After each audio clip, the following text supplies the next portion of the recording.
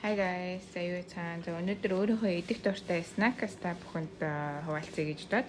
За энэ болохоор ийм пудинг. Энийг швампи най гэдэг. Тэгэхээр юу гэхэлэр монголоор гэх юм бол сүүгээр хийсэн пудинг. Энэ онголоор үгүй.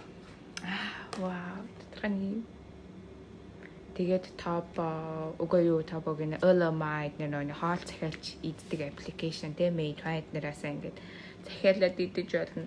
Хонжоо болохоор би өнөөдөр энэ Юян гэдэг газраас авсан.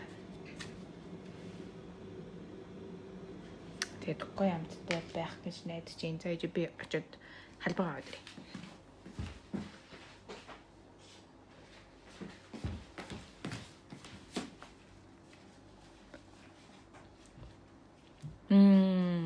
很好吃，试一下。